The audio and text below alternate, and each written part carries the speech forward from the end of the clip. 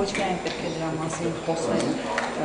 կամ խուսափել այդ մասին խոսելուց, այլ փորձել գտնել ծրագրային լուծումներ, որոնք որ կկանխեն արտագաղթը եւ նաեւ նպաստավոր պայմաններ կստեղծեն ներգաղթի համար։ Ցավոք սրտի մենք պետք է ֆիքսենք, որ արտագաղթը որակական փոփոխություններ է կրում եւ որակյալ մասնագետներն են արդեն հեռանում Հայաստանի Հանրապետությունից, իսկ դա բնականաբար վտանգավոր հետևանքներ կարող է առաջացնել։ Եվ միևնույն ժամանակ պետք է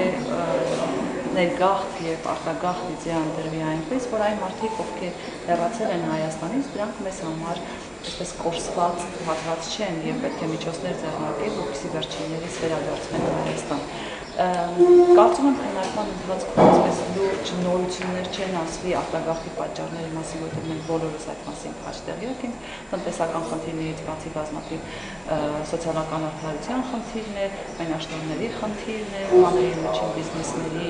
նկատմամբ ոչ adekvat վերաբերմունքներ եւ որի արդյունքում այդ բիզնեսմեններն են դառնում արտագաղթողները։ Հետևաբար այստեղ ավելի շատ պետք է փորձենք լուծման ճանապարհներ գտնել, քան թե վերհանել այն պատճառները, որի հետևանքով կա արտագաղթ։ Մասնավորապես որ ուղղակի համագործակցություն եք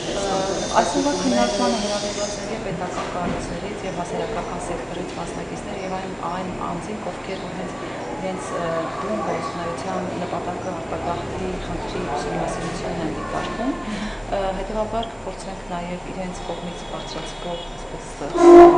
լուծումների շրջանակներում փորձել տարբերակներ գտնել։